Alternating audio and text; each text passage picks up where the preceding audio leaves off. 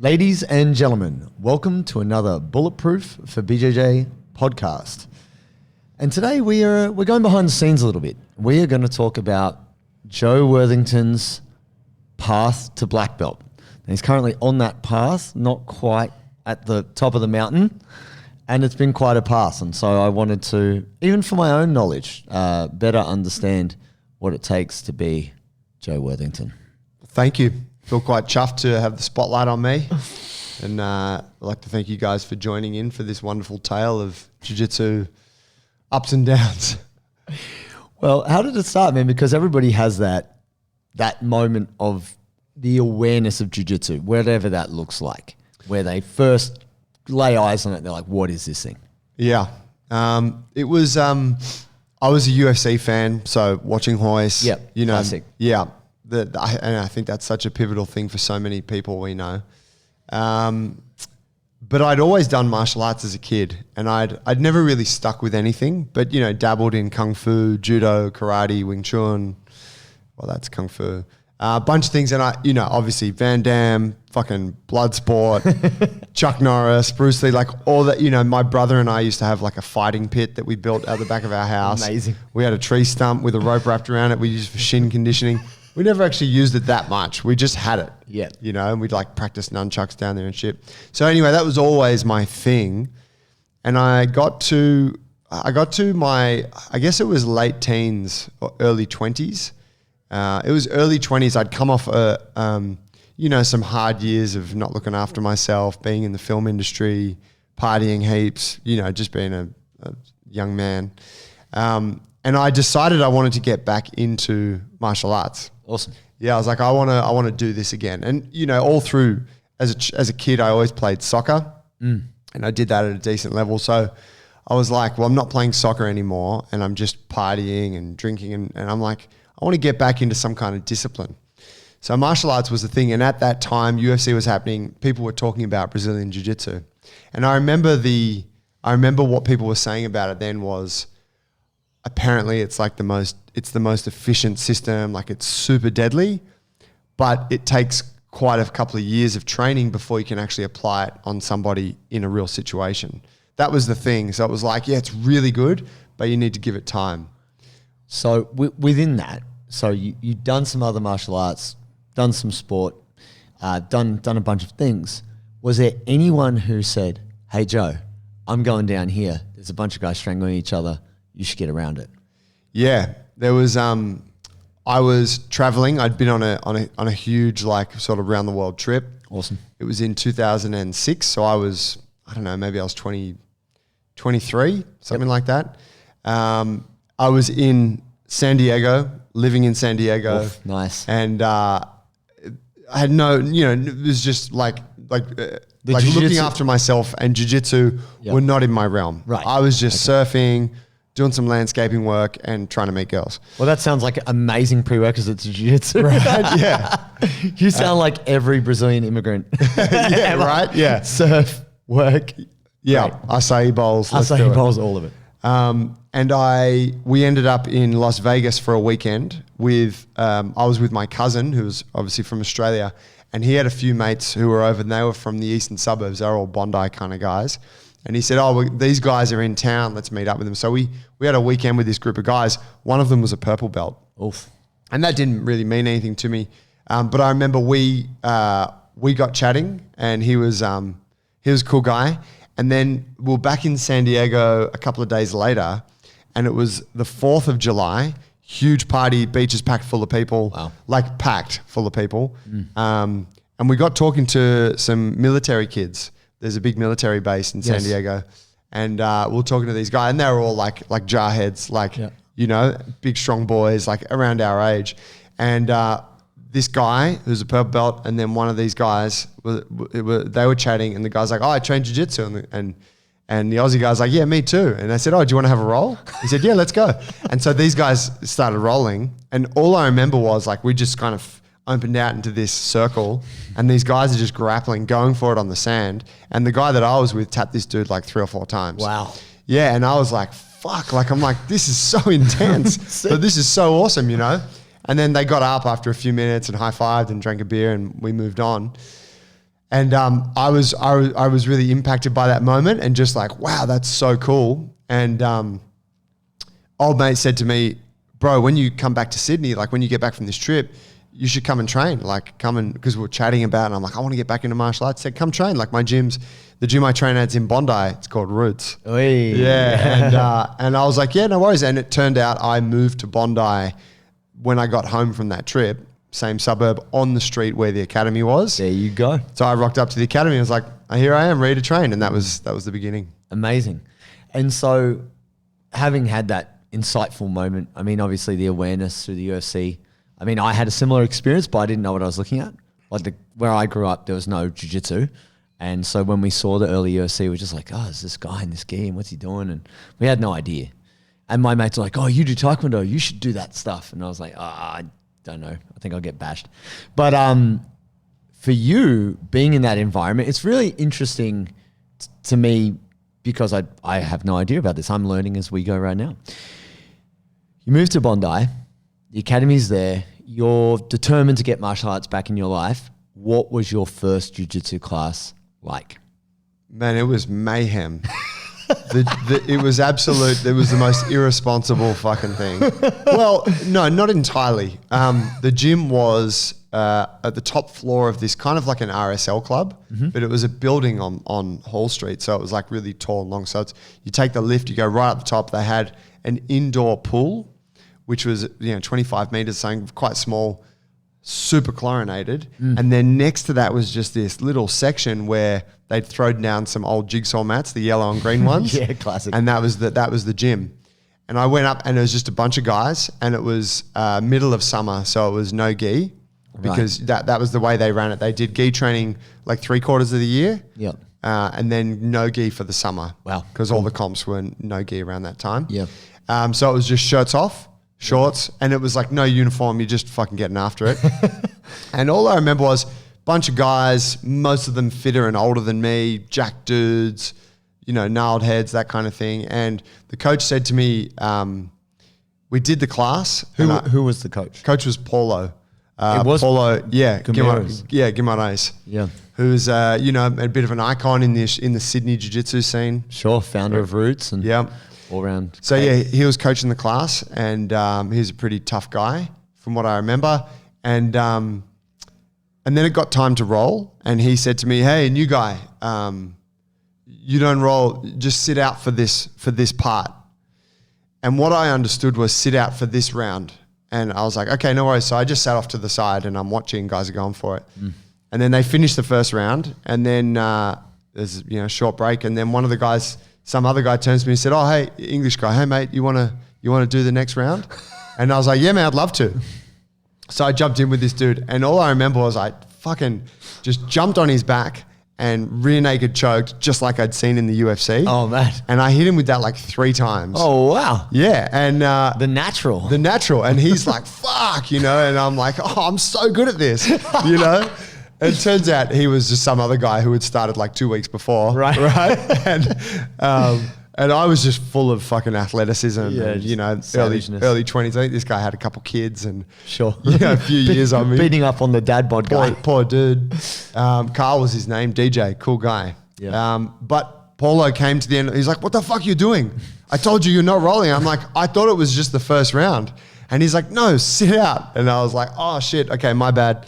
So I don't know if I rolled more if I sat out, but basically I sat out for that class, and then I just kept showing up every day, and it was literally just it was poor harder. It was just getting after it, squeezing for the fucking life for everything, and trying to learn some technique on the side. Nice, and so I think for a lot of people out there, their first initial experience of jiu-jitsu is chaotic, even if they're at a very well ordered school and they still, those first rolls are just, what's going on? They probably don't have the success you have of actually submitting someone the first roll they ever have. They're probably. But you think of when you get like a kid who's been playing rugby league.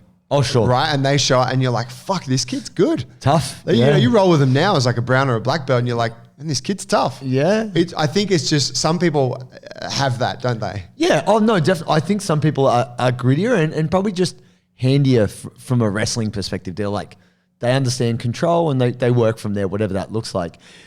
But what I'm saying is, when I speak to a lot of people about their first jiu-jitsu experience, it's usually mildly PTSD. It's usually like, I got so bashed. It was terrible. But they were taken by it. Yeah. And so obviously you'd seen it firsthand, which is really cool. And so it was convenient. It was there for you.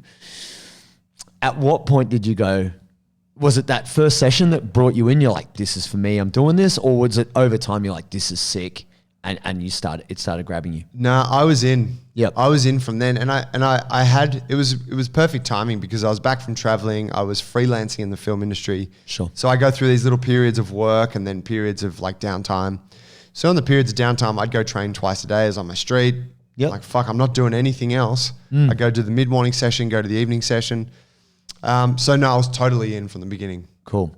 And having had athletic background and obviously being a savage human, which you are. Thank you. Which helps. It does help, my friends. Compared to, say, a dad or a full-time worker human who's not as savage as you and not as athletic as you, were you at that time lifting or doing anything in particular? Or was that something that evolved because you have a very solid background in movement and a movement practice and that evolves over time? Because when I met you, we were blue belts. And so there's a bit of time elapsed there. And you were also a personal trainer, as was I. And you also had a van full of kettlebells. And I also had a car full of kettlebells. Yeah. So it's so funny how that coalesces. At that time, you're in the film industry. You found jiu-jitsu. It's your thing. You're getting after it. What point are you doing more gym stuff, and how does that play into your jiu-jitsu journey, your physical prep? Man, it came about because of jiu-jitsu. Right. Yeah, and it all happened down there at Bondi, really. That was kind of the catalyst. I don't remember what drew me towards the strength and conditioning kind of thing, like initially. I don't think it was actually, I didn't recognize, I need this for my jiu-jitsu, because I wasn't taking jiu-jitsu that seriously, even though I was going super hard. You're enjoying it. I was just doing it, right? Yeah. But yeah, I just got into, it started with calisthenics. Cool. I started, I'm in Bondi, I started hanging out. I'll go down to the bars, do some chin-ups, met the guys down there. They're like, yeah, we're training, come train with us tomorrow. And then go train tomorrow. And then it's just like, hey, train tomorrow. And then all of a sudden you're like 5 days a week, you're down at the bars, and you're doing, these guys were doing some pretty advanced stuff. So I was doing that. At the same time, a buddy of mine was just getting onto this thing that he was telling me about called CrossFit. It's like, bro, have you heard of this thing, CrossFit? I'm like, what is it? He's like, it's like this website.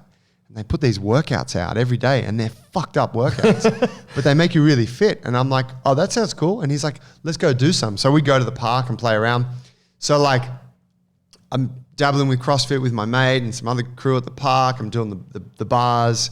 My brother and sister bought me a couple of kettlebells for Christmas. Awesome. They're like, oh, these things look cool. And so it was just all happening at the same time. And I was building this base. Yes. And I was also noticing that it was making me better at jiu-jitsu. So I was like, okay, this is cool.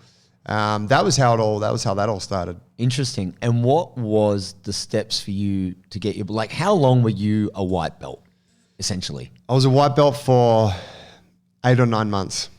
Wow. It was really quick. Whoa, that's so fast, man. Yeah, it was super quick. Amazing. Yeah. And I mean, whatever. I wasn't expecting to get my blue. It was at a grading kind of, all the different gyms of Roots had come together kind of day.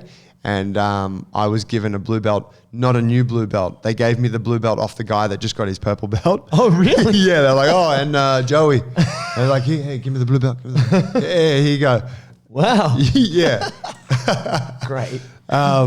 But I think it was because I was just training so much at the time. Ass. Yeah, I was, like obviously whatever. I had a little bit of talent, like a bit of a grappling ability, but also I was just doing 2-a-days, 5-6 days a week. Yep. I was training for what a normal person might do in 2 years. Right. Right, which is about how long you say it takes to get a blue. Accelerated, yeah. Also, too, going back our time, like the standard was lower. Back then were, fuck, man, we were a shit white belt.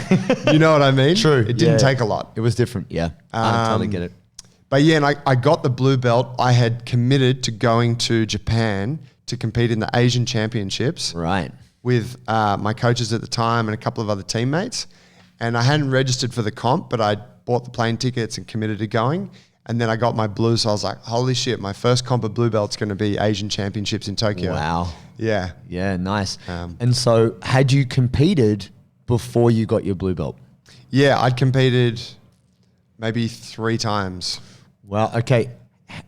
Hopefully this isn't a story of success. How was your first comp experience? First comp Experience was, again, it was almost like as much of a haze as that first class. I competed against the guy named, I think his name's Scott. He's an Olympic weightlifter now. But you remember those characters. Yes, 100%. You're all going through this thing at the same time, process, right? Yeah. And we had this epic battle back and forth. I'd take him down, mount him, get a bunch of points. He'd take me down, mount. Like it was just back and forth, war. Like super athletic. And I managed to be up by 2 points or whatever by the time we finished. So I won that first match.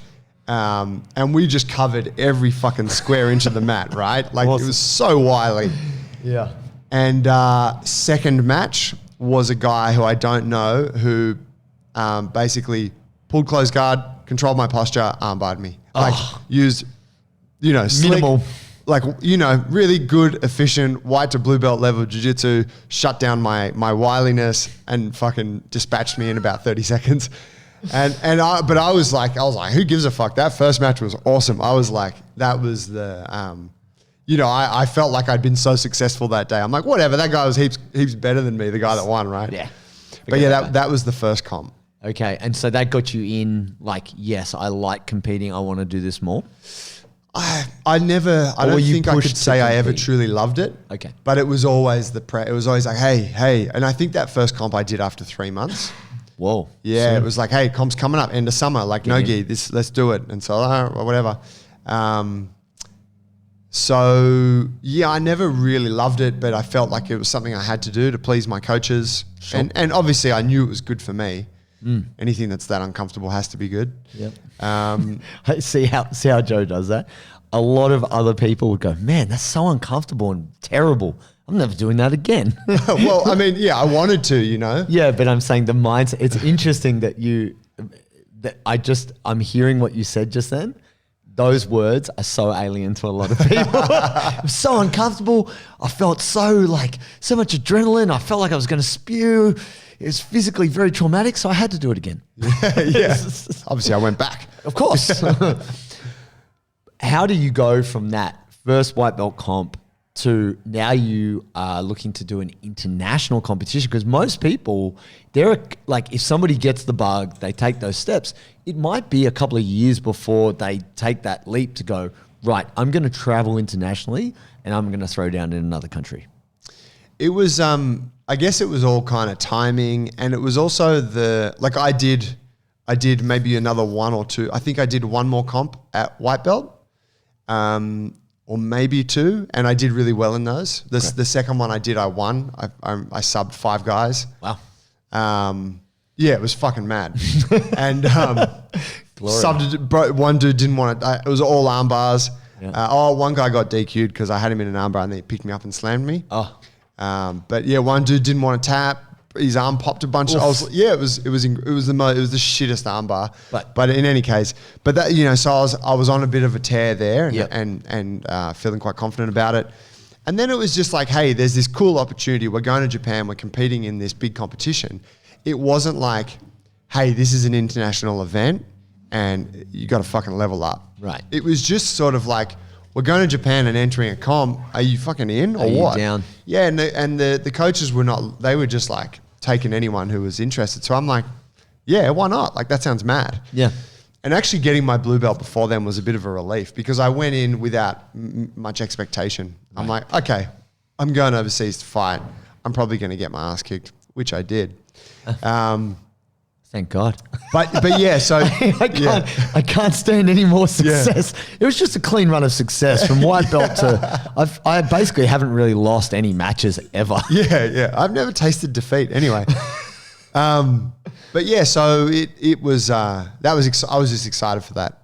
Yeah, and how being there in Japan, the motherland of many martial arts, What was that like? Like, was that just overwhelming, or was that just kind of normal, or? Oh, look, it was, it was the second time I'd been to Japan. I'd been there when I started that round the world trip when I'd first ended up finding jiu-jitsu. So being back there was really cool. It's such an exciting place. Have you been? I have never been, always wanted to go, and I'm hoping as soon as things open up a little bit, that will be one of the first places I go. Cool. Definitely. Yeah, it's so fucking cool. And so, leading up to the comp, I wasn't even really thinking about the comp. I'm just like, wow, look at this place, going to restaurants, bathhouses, just exploring Tokyo. And then we get to the comp and I'm like, holy shit, this place is like a stadium. It was at the Kodokan. Right, yeah. Right, which is like the home of martial arts and home of martial arts in Japan.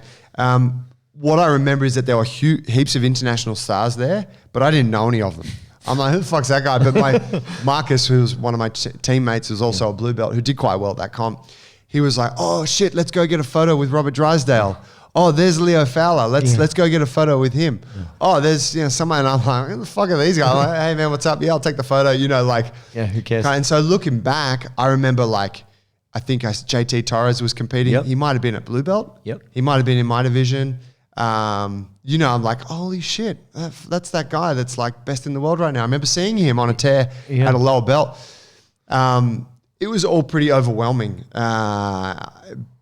but exciting. And because I didn't have much expectation on myself, I didn't feel a huge amount of pressure. I was just pumped to be there. What I do remember is that I was trying to keep my weight down, and I fucking hated that. Yes. I was like, this not eating thing and not being able to just grab a drink when I want it, grab something to eat this fucking sucks. I was like, I got to not do this anymore. Yeah, especially if you're in a foreign country with great food and amazing culture. Yeah.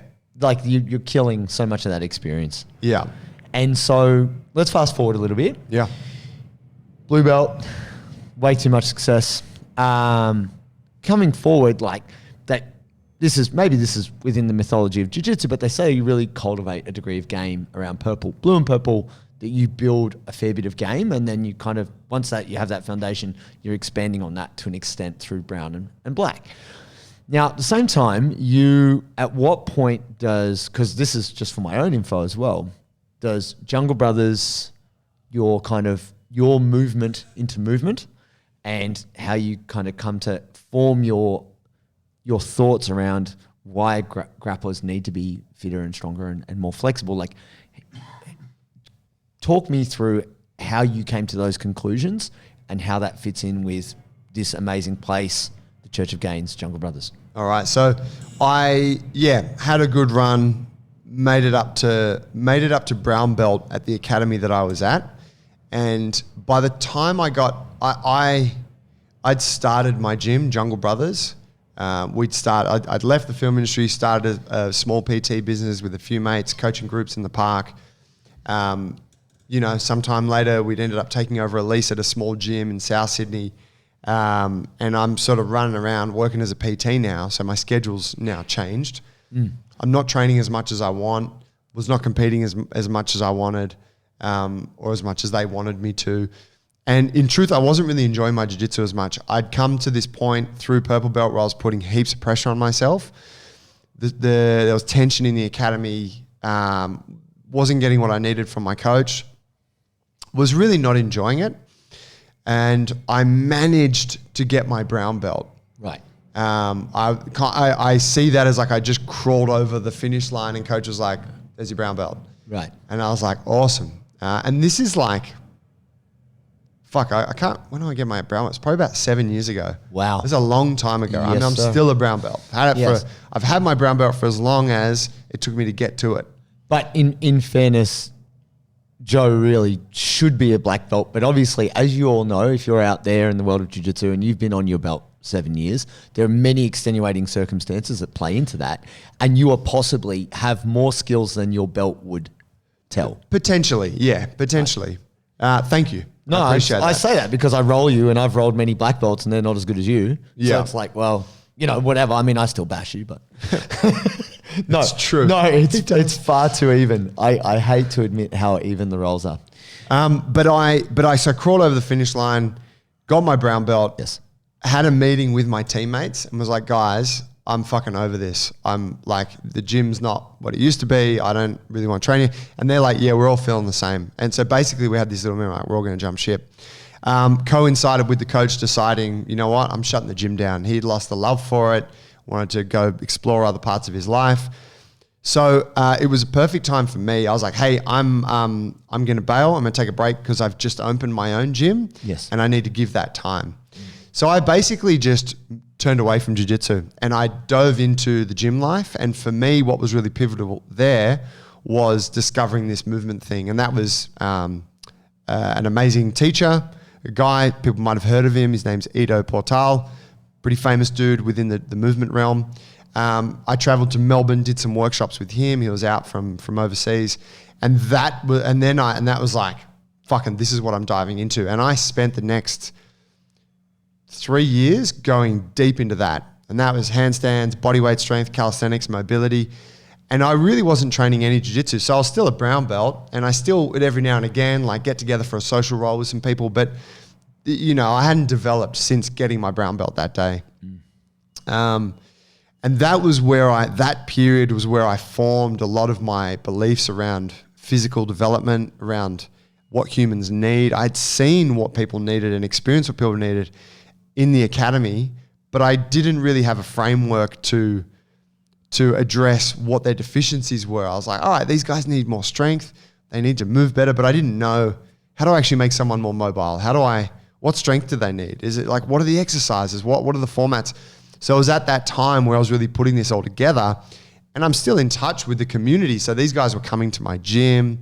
I'm working with jiu-jitsu people, and this was that formative period where I started to kind of put it all together about what a grappler needs in order to increase their athleticism and their resilience to injury. So what in some, obviously, Jungle Brothers has been very successful. We sit here now in this great place, all these coaches, all these things. So what brought you back? Like, what kind of circled you back around to go, you know what, I'm on the periphery, I need to go back into the fray? What brought you back to the path to black belt as opposed to being on the side? Well, in a sense, you brought me back because you introduced me to Adam Childs. Oh, there you go. All right. That's a cool intro. Who's my coach. Yes. And very close friend and good, old friend of yours. Good guy. Yes. And you brought him down to the gym and we were doing some training and we did some rounds, and Adam was like, man, I'm going to be opening up a gym here in Sydney. And it would be cool for you, if you want to come train. And I'm like, dude, I'd love to. Like, I like you. I would love to get beyond brown belt, and I could feel like I haven't developed my jiu-jitsu since getting this belt. And he tells me, going back to those first rolls we did, he's like, bro, you were shit.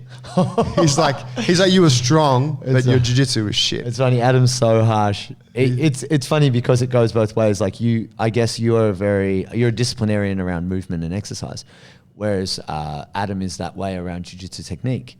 But if you start hitting Adam up on his physical discipline, he's very laissez-faire. Oh, totally. So loose. So I think it's a good mix. I'd always said to Adam, if you can't train with me, you need to train with Joe. I'd always said that to him. I said, if you move back to Sydney, you come back, you got to go train Jungle Brothers, you got to train with Joe. And here you are, 4 stripes now. Yep. And it's so close. And I feel it's imminent. Your black belt is imminent. Having gone through this quite long process and being where you are now, I guess, would there be anything that you would share with your younger self? Or is there any advice that you could give to some fit young savage, man or woman, who's found jiu-jitsu like you did, maybe had a bit of early success, feeling like, yeah, this is sick, I want this? What would you say? What are 3 things that you could give to them that they could then take and apply? Off the top of the dome piece, I think the first one would be to just try to cultivate a little bit more awareness around your training. Like, just try to think a little bit more. Those first few years for me, I was just going hard. It was just, and you ask anyone that trained with me why I'm doing it. They're like, oh, Joe is just the fucking spaz. It was just like a tornado tearing through the gym. Yeah. And it's like, yeah, like that, you know, it's still in me. And I think that's an important thing to have. But, you know, I think if I had just worked to a little bit more awareness, a bit more, okay, back off on the strength a little bit, because that's always been the feedback for me. And a little bit less strength, take it a little bit slower. And when you do that, I see your jiu-jitsu, you know? So that would be the first thing. It doesn't mean you have to squash that beginner physicality at all. It's just like, try not to rely on it 100% of the time. Second part for me, I've been very fortunate. I've always been quite mobile, and I look back and I think I was kind of blessed in a way because I never suffered from joint restrictions. So I had mobile hips, I had, you know, pretty good spine, all that stuff from the beginning. So once I layered in the strength training and then, you know, a little bit of mobility work, I was always quite, you know, safe there. Yeah, but looking at every person, every other person, except for you, that I've trained with over the years that I've met, it's like, man, if you just stretched a little bit more, just took a little bit more, like put in, you know, 30 minutes a week, and you can sprinkle that across the week however you like. Just stretch a little bit, try to open up your hips. Like that is so fucking important. Yes. And then the third, you know what? This is actually huge, and I could probably come up, but this one's massive, is train at a place that feels like the right place for you. Right. Like I look at what I went through kind of from maybe somewhere around blue belt to getting my brown, and there was just a lot of stress and a lot of like, oh, I got to show up to the academy tonight. Uncomfortable. Fuck, you know? Yeah, just not enjoying it, not frothing, and that's what Adam's brought to my jiu-jitsu, right? Yeah. Like I'm just like, fuck yeah, I'm training tonight, sick. Exciting. Yeah, whereas like going through that thing and just thinking like, I have to show up. I have to show up for my coach. Yeah. Because, you know, if your coach is putting that pressure on you, sometimes that pressure is good. Yes. You know, it's not a terrible thing, but just the way that was all unfolding for me at the academy that I was at was like, this is not a pleasurable experience. If I was trying to get my son to train something and he was experiencing it, I'd be like, mate, quit it. Yeah. You know, like try somewhere else or try a different sport. Yeah. You know, so I'm like, and you know that you go to a different academy and you're like, oh, it's a whole different vibe here. Yeah. Wow, coach treats me differently. Yeah. They give me more, they give me less, teammates treat me differently. Like go and experience that and know what's on offer and find the place that's right for you. Yeah, I think that's awesome advice. Yeah. Cool, man. Is there anything else you'd like to add anecdotally about your journey so far? Is there a funny little story or is there anything that you want to? Oh, look, no, something I think about a lot that I would like to pass on to people earlier in the game. I've thought about quitting many times and I have actually quit at times. I'd be like, I'm done. You know, I got a brown belt. I'm good. I'm going into the movement realm. I'm happy with that. And I think, you know, talking about how long I've had my brown belt for and that period of just like not training jiu-jitsu and being like, fuck this, I'm out. I think that's important for people to know because you can probably look at me and look at you and think like, oh, these guys are just like, it's been linear progression and they've just gone from strength to strength and gotten that sick belt and strength and mobility. And it's like, nah, like this thing has been up and down. Yeah. And it's been whatever, it's 13, 14 years, 13 years now, I think. Yes. That's the process, right? So you can look at people like BJ Penn, 2 years to black belt or whatever, Yeah. right? Or you can look at what's more realistic, which is what I'm describing. And just know that if you're in a period of down phase where you're like, fuck this or whatever, like that's the process. And maybe you quit, maybe you don't, but don't be fooled into thinking that it's this just straight line of, you know, awesome development and good times forever. True. All right, Joe, I think we'll leave it there. Thank you, my friend. Very insightful. Thank you for all you guys out there. And if you want to know a bit more about what we do, you can find us at www.bulletproofforbjj.com.